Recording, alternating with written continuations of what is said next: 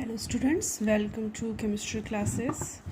हमने BSc part first year का syllabus start कर रखा था, जिसमें first chapter mechanism of organic reactions हम कर रहे थे, जिसमें हम introduction of chapter and type of reagent and type of organic reactions कर रहे हैं अभी। तो टाइप ऑफ ऑर्गेनिक रिएक्शन में जो अब हमारा नेक्स्ट टाइप है, दैट इज़ एडिशन रिएक्शन। हमने रिएक्शंस के जब टाइप्स जनरल स्टडी किए थे तो ये डिस्कस किया था कि सभी रिएक्शंस में on the basis of nucleo reagent 3 type के हैं, nucleophile, electrophilic and free radical. मतलब 3 टाइप के रिएजेंट्स हमने पढ़े हैं और इन तीनों टाइप के रिएजेंट्स के बेसिस पर ही हर रिएक्शंस के फर्दर 3 टाइप्स हैं। तो पहली चीज़ तो इसके 3 टाइप्स होंगे, nucleophilic addition reaction, electrophilic addition reaction and free radical addition reaction. Okay, next addition reaction का जो करेक्टरिस्टिक फीचर है, मतलब ये किन टाइप के रिएक्टेंट्स में होगी या किस टाइप के कंपाउंड्स में होगी जहाँ पे अनसैचुरेशन होगा, यानी डबल या ट्रिपल बॉन्ड होगा। For example we take A और बी एज अ रिएक्टेंट जो कि एक डबल बॉन्ड से बाइंडेड हैं, तो इनके बीच में एक सिग्मा बॉन्ड होगा और एक पाई बॉन्ड होगा। 2 बॉन्ड होंगे, एक सिग्मा एक पाई। हमें पता है फर्स्ट बॉन्ड हमेशा सिग्मा होता है, सेकंड पाई बॉन्ड होता है। अब कोई कंपाउंड एक्स वाई हम इससे ऐड करें तो फर्स्ट ऑफ ऑल हमें पता है हर एक बॉन्ड में, जो हम पहले डिस्कस कर चुके हैं, each and every bond is made by the 2 electrons. तो ये सिग्मा बॉन्ड और पाई बॉन्ड भी 2 इलेक्ट्रॉन से मतलब कंबाइंड होने से बने, शेयरिंग ऑफ इलेक्ट्रॉन से बने हैं यहाँ पे। तो यहाँ सबसे पहले पाई बॉन्ड जो है वो ब्रेक होगा, तो पाई बॉन्ड का एक एक इलेक्ट्रॉन दोनों ही एटम्स की तरफ, जो बॉन्डिंग एटम्स हैं उनकी तरफ डिस्ट्रीब्यूट होगा। अच्छा, इस क्लीवेज को, ये बॉन्ड क्लीवेज होगा और इस बॉन्ड क्लीवेज को हम क्या कहेंगे? Homolytic bond cleavage. ये हम पहले पढ़ चुके हैं, डिस्कस कर चुके हैं। अगर कन्फ्यूजन हो तो प्रीवियस वीडियो आप देख सकते हैं। तो ये इलेक्ट्रॉन्स जो हैं इनके पास आए, एक एक इलेक्ट्रॉन इन दोनों के पास पहुंच गए। सेम इसी टाइम इन दोनों के बीच में जो बॉन्ड है वो भी होमोलाइटिक क्लीवेज के फॉर्म में ब्रेक होगा। अब ये भी फ्री रेडिकल हो गए, ये फ्री रेडिकल नहीं होंगे क्योंकि इनके बीच में बॉन्डिंग प्रेजेंट है अभी भी। पाई बॉन्ड जो है वही ब्रेक हुआ है, सिग्मा बॉन्ड अभी भी प्रेजेंट है। तो अब ए और बी के बीच में एक सिंगल बॉन्ड होगा, डबल बॉन्ड ब्रेक हो चुका है, एक एक इलेक्ट्रॉन है। इन एक इलेक्ट्रॉन से जो ये एक्स और वाई आपस में ब्रेक हुए ये जुड़ जाएंगे, तो ये इलेक्ट्रॉन यहाँ बॉन्डिंग में काम आएगा और ये बॉन्ड बनेगा। तो ये एक तरह से 2 जो एटम्स हैं वो इस कंपाउंड में ऐड हो गए, so that we called it is as a addition reaction. अब न्यूक्लियोफाइल और इलेक्ट्रोफिलिक और फ्री रेडिकल एडिशन के बेस पे हम इसके फर्दर टाइप्स पढ़ते हैं। न्यूक्लियोफिलिक एडिशन कब होगा? जब न्यूक्लियोफिलिक एडिशन, न्यूक्लियोफिलिक कौन होते हैं? जो इलेक्ट्रोनेगेटिव होते हैं, मतलब जिनके पास नेगेटिव चार्ज है, तो वो पॉजिटिव पार्ट पे अटैक करते हैं, तो वहाँ न्यूक्लियोफिलिक एडिशन होता है। तो first we take the nucleophilic addition reaction.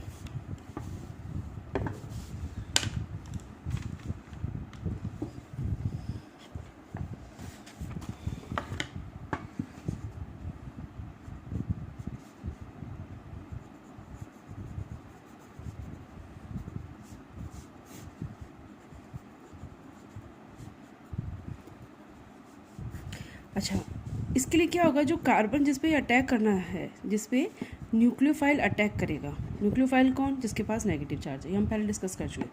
तो ये कार्बन इसके ऊपर अटैक करेगा, यानी इसके पास क्या होना चाहिए? Positive charge. इसके पास क्या होना चाहिए? Positive charge. तो ये किसी ऐसे एटम और ग्रुप ऑफ एटम से बॉन्डेड होना चाहिए जो इसके इलेक्ट्रॉन अपनी तरफ अट्रैक्ट कर सके। इट मीन्स ये इससे हाई इलेक्ट्रोनेगेटिव कंपाउंड से बॉन्डेड होना चाहिए। तो हाई इलेक्ट्रोनेगेटिव, फॉर एग्जांपल जैसे कीटोन में ऑक्सीजन है, ऑक्सीजन की इलेक्ट्रोनेगेटिविटी कार्बन से ज़्यादा है, तो ये जो बॉन्डिंग इलेक्ट्रॉन है ये कार्बन की तरफ शिफ्ट होंगे। तो न्यूक्लियोफिलिक एडिशन रिएक्शन कहाँ होगा? जहाँ डबल बॉन्ड प्रेजेंट हो और कार्बन कार्बन बॉन्डिंग ना होगी, कार्बन की किसी हाई इलेक्ट्रोफिलिक एटम से बॉन्डिंग हो। तो कीटोन्स और एल्डिहाइड्स जो हैं वो इस कैटेगरी में आएंगे। यहाँ पे ये बॉन्डिंग होगी। फर्स्ट ऑफ ऑल जो है कार्बन जो है वो इस न्यूक्लियोफाइल से ऐड हो जाएगा और फिर एलिमिनेशन रिएक्शन होगी, मतलब क्योंकि स्टेबल नहीं होगा, एक दो हाईली नेगेटिव ग्रुप एक साथ कार्बन पे हों, ऐसा स्टेबिलिटी थोड़ा सा कम होगी, और दूसरा इसमें नेगेटिव चार्ज भी है, तो कोई इलेक्ट्रोफाइल यहाँ आएगा जो इसको स्टेबिलिटी प्रोवाइड करेगा इस तरह से। ठीक है, न्यूक्लियोफिलिक एडिशन कब होगा? एक कंडीशन तो ये हो गई कि उसके पास कार्बोनाइल ग्रुप होना चाहिए। ठीक है, और नेक्स्ट जो एडिशन रिएक्शन है वो आपकी है इलेक्ट्रोफिलिक। अच्छा, इसका एक एग्जांपल अगर आप देखना चाहो तो हम ले सकते हैं, ये है इथेनल एल्डिहाइड ग्रुप है। ठीक है, और इसके ऊपर हम रिएक्शन करवा दें साइनाइड की, ओके एन, तो यहाँ पे ये प्लस और ये माइनस होगा, पूरे ग्रुप पे ही होगा, तो यहाँ आपको मिलेगा, और ये जो आपका H यहाँ से गया है, ये H अब ऐड होके हाइड्रोक्सी साइनाइड जो है ये आपका बन जाएगा। तो ये कंपाउंड का फॉर्मेशन होगा, दैट इज़ कॉल्ड एज एसिटिल्डिहाइड साइनोहाइड्रेन, साइनोहाइड्रेन। तो ये कंपाउंड आपका फॉर्म होगा। ठीक है, फर्स्ट तो ये हो गया। सेकेंड टाइप हम लेते हैं, that is a electrophilic addition reaction.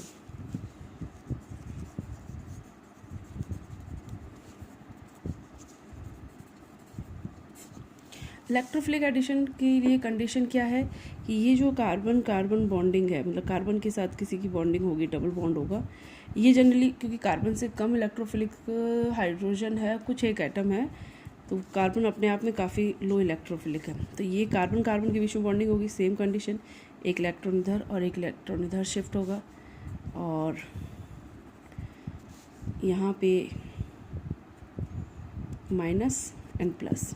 पहले जो एडिशन होगा, अभी रिएक्शन अगर हम सिंपली लिखें तो हमें लगता है कि भाई ये रिएक्शन ये हुई है।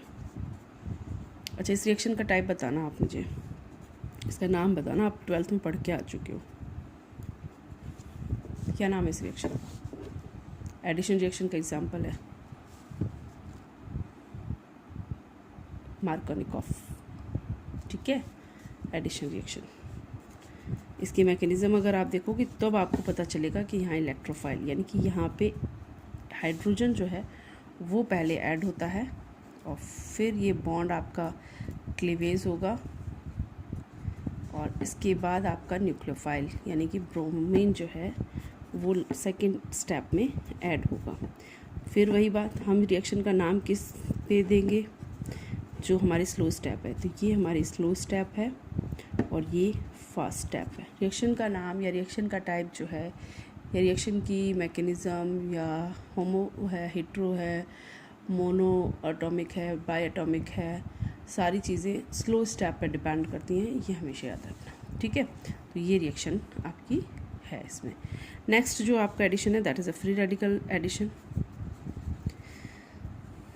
तीनों ही टाइप में आए, हर एक में आएगा आपका, ये आपको एग्ज़ाम में पूछा भी ऐसे ही जाता है कि फ्री रेडिकल एडिशन कब होगा, कंडीशन देखिए, ऐसा नहीं डायरेक्ट क्वेश्चन पूछा जाएगा कि explain the free radical reaction या एडिशन रिएक्शन को समझाओ, नहीं, वो आपको क्वेश्चन देगा और उसमें आपको कंडीशंस प्रोवाइड करेगा कि कीटोन है या एल्डिहाइड है या डबल बॉन्ड एल्कीन है या ट्रिपल बॉन्ड एल्काइन है, तो किस टाइप का एडिशन होगा, उस एडिशन का नाम क्या होगा और मैकेनिज्म क्या होगी, वो क्वेश्चन इस टाइप से। तो आपको सिर्फ ये चीज़ें ध्यान रखनी ज़रूरी है कि जो एडिशन हो रहा है वो किसके मतलब बीच में हो रहा है, रिएक्टेंट क्या है, क्योंकि उसी से आप बता सकते हो कि वो एडिशन इलेक्ट्रोफिलिक है, न्यूक्लियोफिलिक है या फ्री रेडिकल है।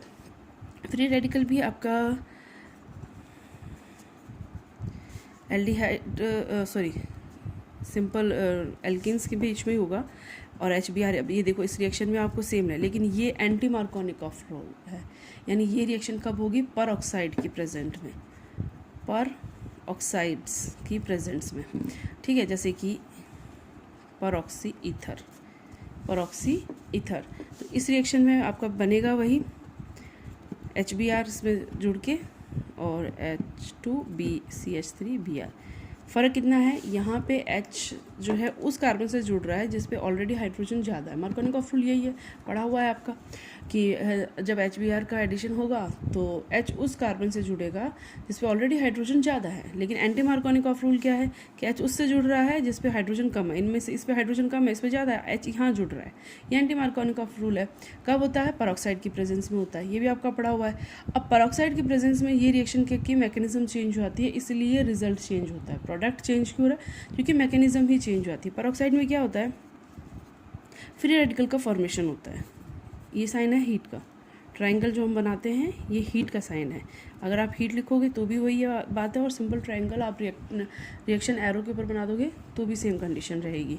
तो ये हीट का साइन होगा, और यहाँ पे आपके बनेंगे फ्री रेडिकल, और ये फ्री रेडिकल जो है वो HBr के साथ में रिएक्शन करेंगे और क्या बनाएंगे? ROH Br free radical. तो ये फ्री रेडिकल Br बना। अब ये Br अटैक करेगा। अभी क्या कर रहा था? यहाँ पे इलेक्ट्रोफाइल अटैक कर रहा था। इलेक्ट्रोफाइल कौन था आपका? H। ठीक है, तो रिएक्शन मैकेनिज्म चेंज हो गई तो प्रोडक्ट भी चेंज हो गया। ये आपकी रिएक्शन है। तो यह नाम से पूछा जा सकता है कि मार्कोनी का रूल में कौन सी एडिशन रिएक्शन हो रही है, इस तरह से भी पूछा जा सकता है, या एक्सप्लेन करो। मतलब सिंपल ये नहीं पूछेगा किस तरह से कौन सी रिएक्शन हो रही है, वो तो 1 नंबर का क्वेश्चन बनता है। उसे 3 या 4 नंबर का क्वेश्चन एटलीस्ट बनाना है तो वो मैकेनिज्म पूछेगा, लेकिन घुमा के पूछेगा। तो ये चीज़ें आपको थोड़ा ध्यान रखनी है कि रिएक्शन के साथ साथ उसके एग्जाम्पल्स में किस टाइप की रिएक्शन में ये प्रोसेस हो रही है। ओके, तो नेक्स्ट रिएक्शन जो है दैट इज़ एलिमिनेशन रिएक्शन। हमने पढ़ ली है substitution reaction, addition reaction and now elimination. Elimination का मतलब यहाँ से रिमूव होगा। एलिमिनेशन जो रिएक्शन है वो एडिशन की वाइस वर्सा है, मतलब उल्टी है। जब एडिशन में जुड़ रहा है एक सिग्मा बॉन्ड जो है, सॉरी एक पाई बॉन्ड जो है वो ब्रेक हो रहा है, 2 सिग्मा बॉन्ड बन रहे हैं। यहाँ पे क्या होगा? 2 पाई बॉन्ड जो है वो ब्रेक, सिग्मा बॉन्ड, सॉरी ये सिग्मा बॉन्ड से ये 2 सिग्मा बॉन्ड ब्रेक होंगे और एक पाई बॉन्ड का फॉर्मेशन होगा। ये है एलिमिनेशन रिएक्शन। इसमें एक्स वाई जो है वो रिमूव हो रहा है। ठीक है, सेम कंडीशन यहाँ पे भी आपको क्या है? मैकेनिज्म्स जो हैं उसी के अकॉर्डिंग 3 टाइप की होंगी। एडिशन जो है वो free radical, electrophilic, nucleophilic types में। तो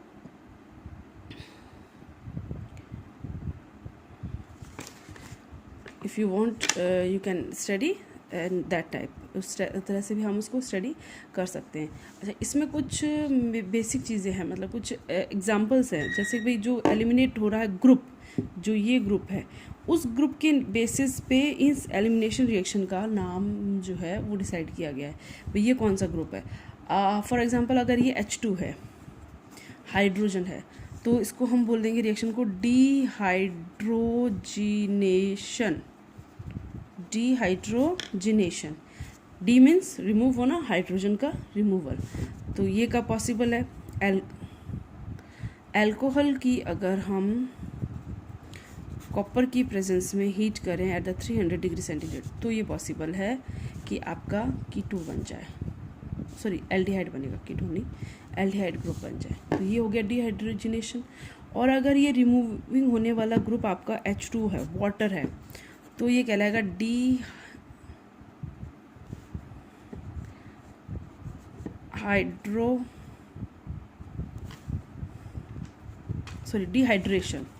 क्या कहलाएगा? डिहाइड्रेशन, TIO, हाँ डिहाइड्रेशन। ये अल्कोहल के साथ ही होगी, लेकिन आपका कंडीशन चेंज हो जाएगी। ये होगी आपकी कंसनट्रेट सल्फ्यूरिक एसिड में। कंसनट्रेट सल्फ्यूरिक एसिड एक डिहाइड्रेशन रिएजेंट भी है। इसको जहाँ आपको वाटर रिमूव करना है बिल्कुल 100%, तो वहाँ हम इसको यूज़ कर सकते हैं। और भी कई रिएजेंट्स हैं जो आपको डिहाइड्रेशन के यूज़ होते हैं। फॉर एग्जांपल कैल्शियम कार्बोनेट भी इसके लिए यूज़ हो जाता है, जहाँ आपको ड्राई स्टेट में चाहिए।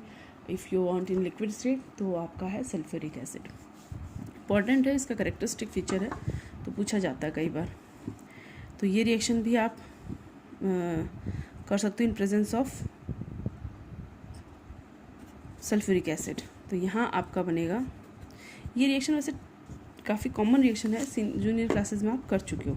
तो ये भी एलिमिनेशन हो गया, क्योंकि यहाँ पे एलिमिनेट क्या हुआ है? -H2।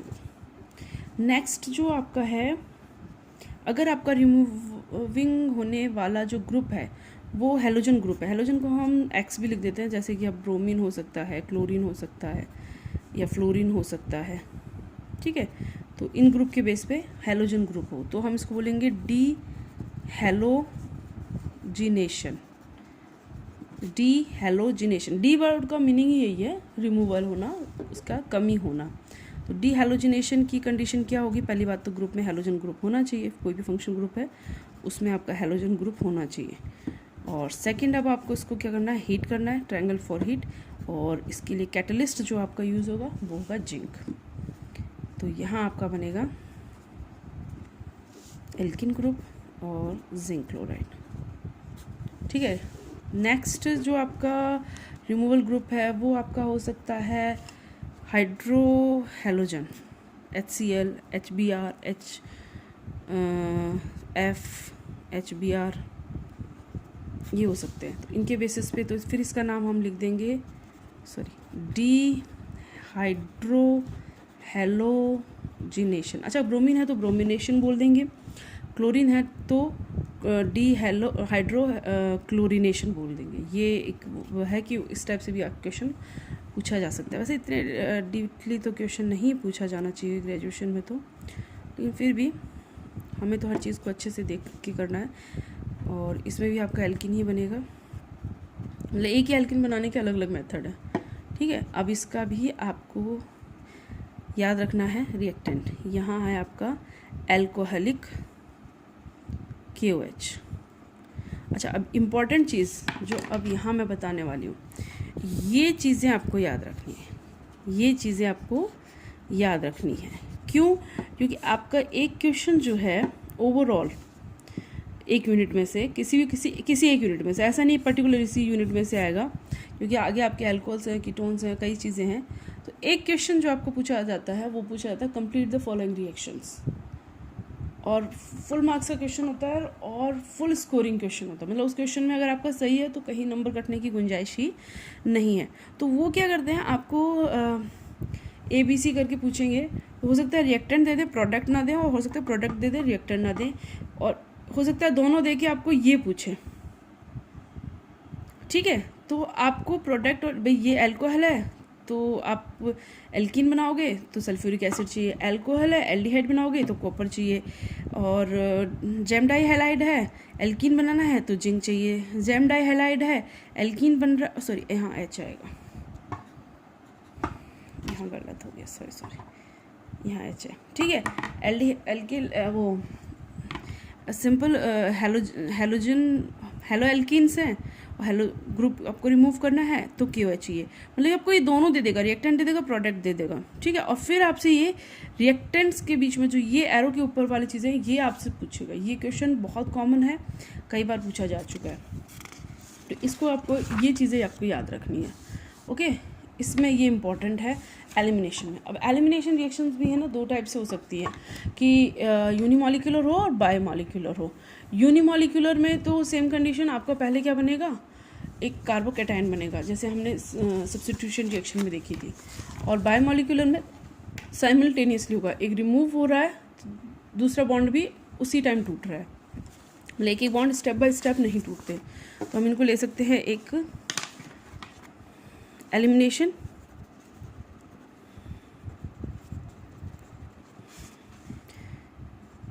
यूनिमॉलिक्यूलर रिएक्शन, इसको हम लिखेंगे E1। इसी नाम से क्वेश्चन आएगा, क्वेश्चन E1 के नाम से ही आएगा। तो इसमें आपकी मैकेनिज्म आपसे पूछी जाएगी, जो मोस्ट इम्पॉर्टेंट है वो आपसे पूछी जाएगी मैकेनिज्म। ये इसकी स्लो स्टेप है, ये स्लो स्टेप पे ही डिटरमाइनिंग स्टेप होती है आपकी। तो फर्स्ट स्टेप में क्या है, कैटायन बनेगा, एक चार्ज यहाँ, एक चार्ज यहाँ, ये क्या बन गया आपका कार्बोकैटायन। सेम सब्स्टिट्यूशन रिएक्शन के जैसे जो आपकी E1 रिएक्शन, जैसे SN1 रिएक्शन है, वहाँ भी कार्बोकैटायन बन रहा था, यहाँ E1 में भी कार्बोकैटायन बनेगा।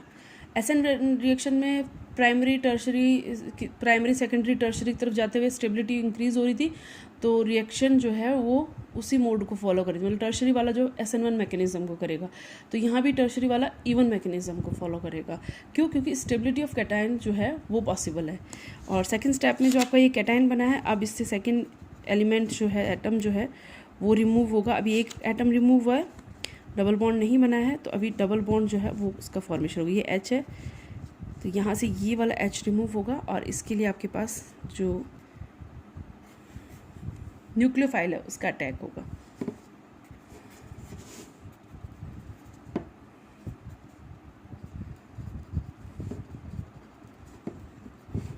और एल्किन का फॉर्मेशन होगा। ये आपकी स्लो स्टेप, फास्ट स्टेप है, ये आपकी स्लो स्टेप है। ये रिएक्शन इसके अकॉर्डिंग मैकेनिज्म फॉलो होगी। सेकंड जो आपकी है वो E2 मैकेनिज्म है, यानी एलिमिनेशन बाय मॉलिक्यूलर। तो E2 मैकेनिज्म में क्या होगा, दोनों रिएक्शन साइमल्टेनियसली होंगी। यानी आपके पास है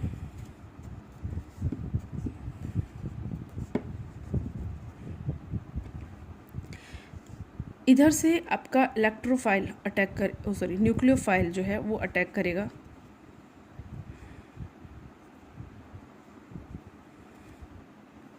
और यहाँ से ये इलेक्ट्रॉन जो हैं शिफ्ट होंगे।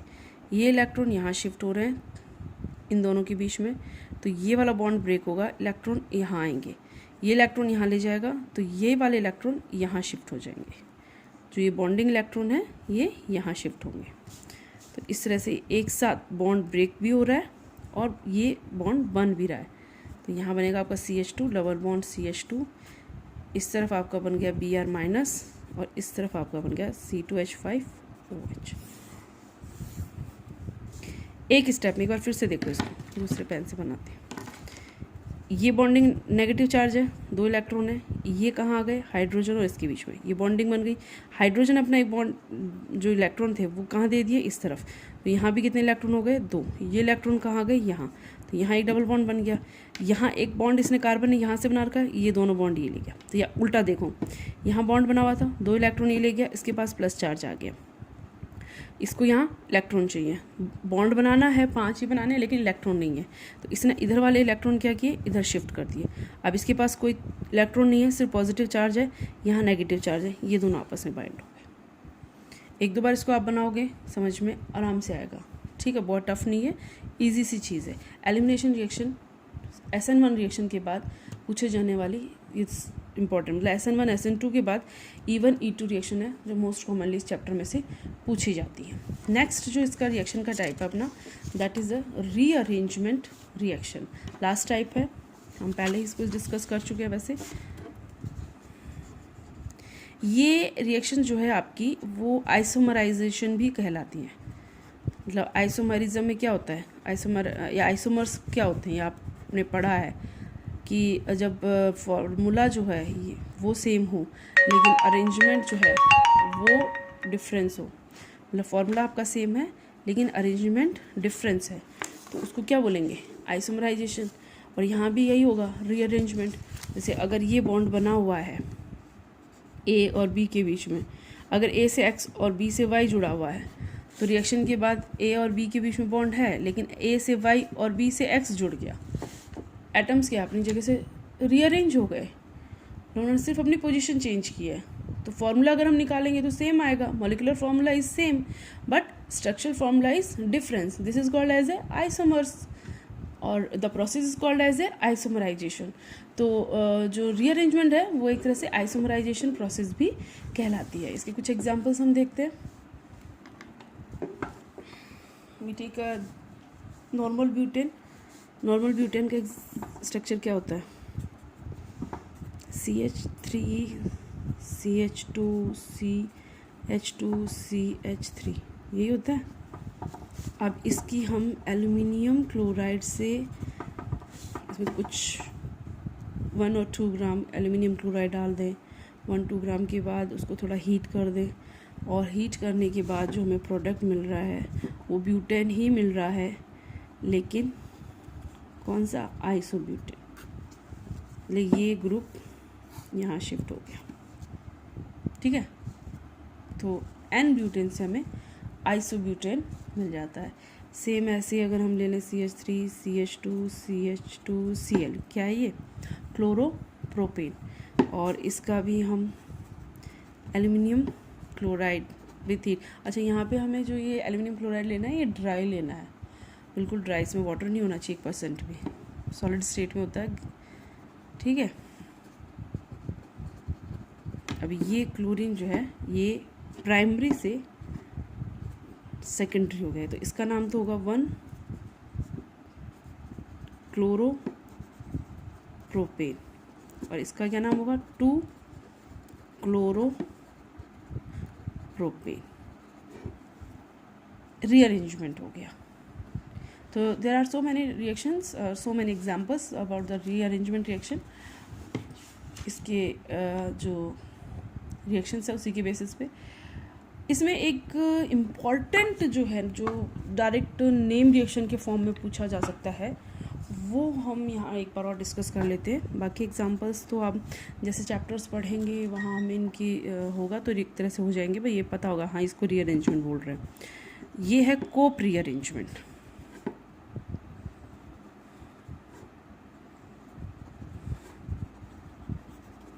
इसमें क्या है, एक आपका चेन है,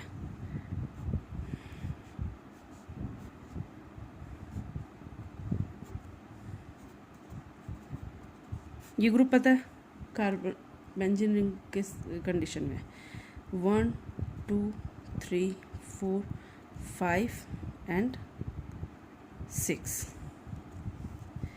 ये बॉन्डिंग 1 और 2 के बीच में डबल बॉन्ड है, और 5 और 6 के बीच में डबल बॉन्ड है। 3 पे आपका फिनाइल ग्रुप, नाम क्या होगा? 3 फिनाइल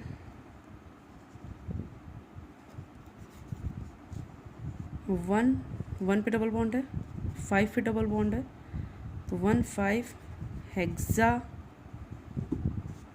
डाई इन, सॉरी हेक्सा डाई इन इसका नाम होगा, हेक्सा डाई इन। अब इसमें क्या अरेंजमेंट, रीअरेंजमेंट हो रहा है। ये डबल बॉन्ड है, ये डबल बॉन्ड यहाँ शिफ्ट हो गया, ठीक है, और ये जो डबल बॉन्ड है ये यहाँ शिफ्ट हो गया। जब ये डबल बॉन्ड यहाँ शिफ्ट हो गया, 1 2 3 4, ये डबल बॉन्ड, ये जो सिंगल बॉन्ड है ये यहाँ शिफ्ट हो गया, मतलब ये वाला जो बॉन्ड है ये ब्रेक हो जाएगा। इस तरह से बनेगा आपका ये 1 ये 2 ये 3, यहाँ आपका 4, ठीक है, ये 5 और ये 6। यहाँ इलेक्ट्रॉन गए, अब देखो इसको, यहाँ इलेक्ट्रॉन, ये इलेक्ट्रॉन यहाँ गए, तो 1 और 6 के बीच में बॉन्डिंग हो गई। यहाँ से डबल बॉन्ड यहाँ गया, यहाँ डबल बॉन्ड आ गया, यहाँ से इलेक्ट्रॉन यहाँ गए, यहाँ डबल बॉन्ड आ गया, और C6H5 ग्रुप यहाँ है।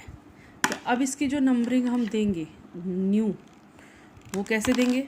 जहाँ पे फंक्शनल ग्रुप है वहीं उसको मिनिमम मिलना चाहिए, तो अब इसको 3 नहीं मिलेगा, इसको मिलेगा 1 2 3 4 5 6। तो अब इसका नाम क्या होगा? 1 फिनाइल, 1 पे है डबल बॉन्ड और 5 पे है, तो 1 5 हेक्सा डाई इन, ये इसका न्यू नेम होगा। अच्छा, ये रिएक्शन हुई किस कंडीशन में है? हीट के, यानी टेम्परेचर होगा, और टेम्परेचर यहाँ होगा 165 टू 185 डिग्री सेंटीग्रेड, ठीक है। तो ये रिएक्शन है, इसको कोप रीअरेंजमेंट बोलते हैं। डायरेक्ट 1-2 नंबर में पूछी जा सकती है, वैसे पॉसिबल है, ठीक है। पेरिसाइक्लिक रिएक्शंस का एक एग्जांपल था। चलो यहाँ पे फिनिश करते हैं क्लास, नेक्स्ट क्लास में इसके अगले टॉपिक लेते हैं। Thank you.